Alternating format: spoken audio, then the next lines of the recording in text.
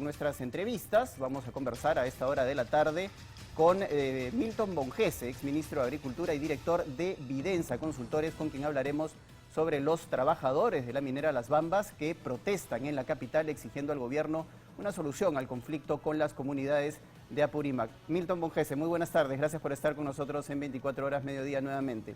Yo quería empezar preguntándole cómo se sale de esta situación que le está costando al país 5.2 millones de soles diarios y a la región Apurímac 1.5 millones de soles, muy importantes además en esta región que es una de las más pobres de nuestro país. Buenas tardes, Paco, buenas tardes a todos tus televidentes. Mira, lo primero que tiene que haber es voluntad política. Lamentablemente, en este conflicto, como en otros, lo que ha quedado registrado por distintos actores es que ha sido el propio gobierno el que ha estado muchas veces azuzando la protesta y generando estos daños ingentes para el país, para la producción de cobre, para la generación de regalías, entre otros efectos negativos.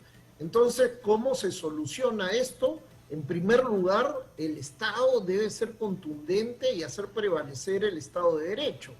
Lamentablemente, Las Bambas ha sido parte de esta estrategia del gobierno de sacarle el foco a la protesta ciudadana que tenía contra el Ejecutivo y empezó a azuzar conflictos en varias partes del país para decir que mejor debía cambiarse la Constitución, eliminarse los monopolios, etcétera. Y el resultado es el problema grande que han creado ellos mismos en Las Bambas. Ahora, ¿cómo conciliar con las comunidades? Porque hay un grupo de comunidades con las que sí se ha podido llegar a una serie de acuerdos, pero en esta oportunidad hay cerca de 4 o 5 comunidades que no están dentro del área de influencia de la mina, pero que quieren ser considerados parte de esta zona de influencia. ¿Cómo conciliar con estas comunidades cuyos reclamos pueden ser legítimos, pero lamentablemente pues no están buscando la solución por el camino correcto? Sí, claro, lo que pasa es que se está normalizando la protesta, la violencia, la toma de carreteras, la toma de tierras como un mecanismo de canalización de demandas de los comuneros. Eso es terrible, lo que estamos haciendo es destruir la institucionalidad.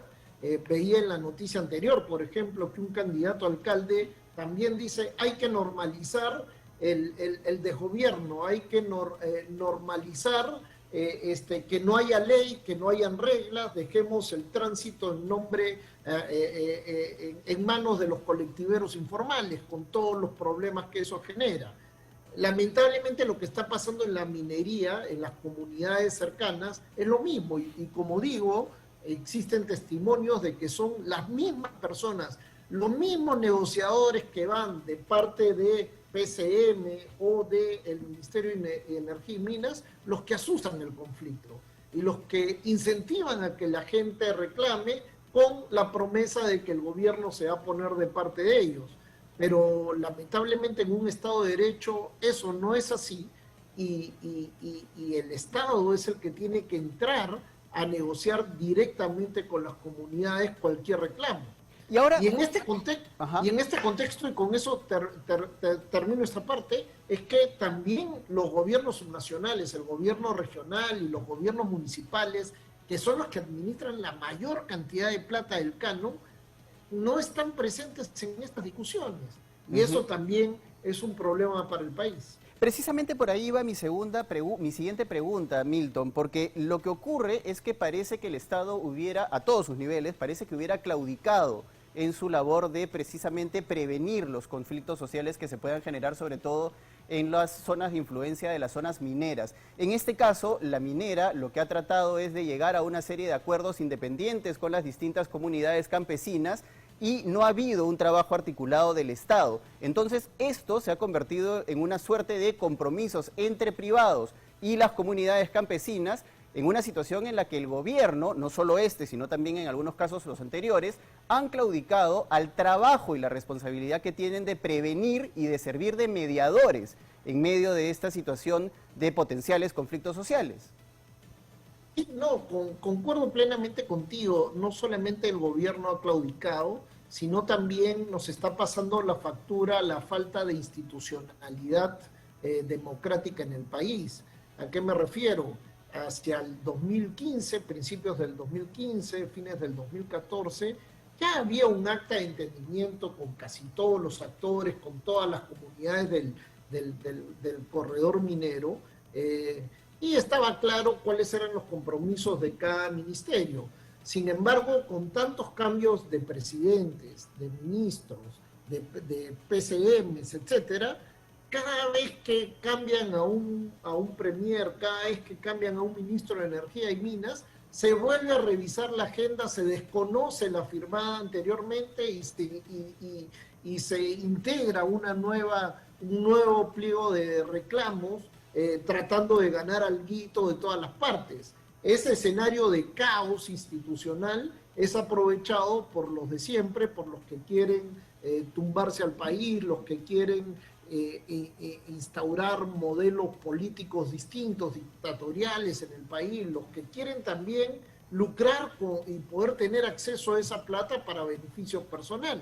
Entonces, lo que necesitamos es madurez, demandarle al gobierno nacional que cumpla con la Constitución y las leyes y que garantice la paz social, porque es fundamental para que la producción minera, que es la gran generadora de impuestos del país, pueda seguir su rumbo. Así es. ¿Cómo ves el futuro con respecto a la situación minera en nuestro país, Milton? Y te lo pregunto porque estamos en un contexto de conflicto internacional que debería ser de alguna manera aprovechado por nuestro país, que es exportador de materias primas. Sin embargo, tenemos a dos de las minas más importantes productoras de cobre completamente paralizadas. Sí, bueno, debimos haber aprovechado este superciclo. En el superciclo anterior, que fue el que terminó por el 2012, 2013, el país pudo crecer por encima del 8% por año. Y cuando creces por encima del 8% por año, se generan recursos para mejorar la calidad de la vida de la gente, se generan los recursos también para que se alienten nuevas inversiones, como lo fue en el superciclo anterior de los precios internacionales mineros. Ahora lo hemos desaprovechado. Las proyecciones del Banco Central primero y luego del Ministerio de Economía es que la inversión privada va a crecer cero el próximo año. Y eso es algo que no le entra a la cabeza al gobierno.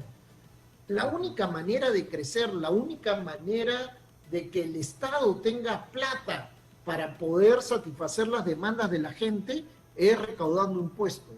Y los impuestos vienen de las inversiones privadas, no del Estado. Los impuestos los genera el sector privado y le da plata al Estado para que pueda hacer sus funciones. Si desincentivo la inversión privada, donde la minería es el gran generador de impuestos, entonces vamos a tener 2 o 3 años futuros lamentablemente muy por debajo de lo que podríamos haber estado. Muchas gracias, Milton Monjese, por haber estado con nosotros aquí en 24 horas mediodía. Milton Monjese, exministro de Agricultura y también director de Evidenza.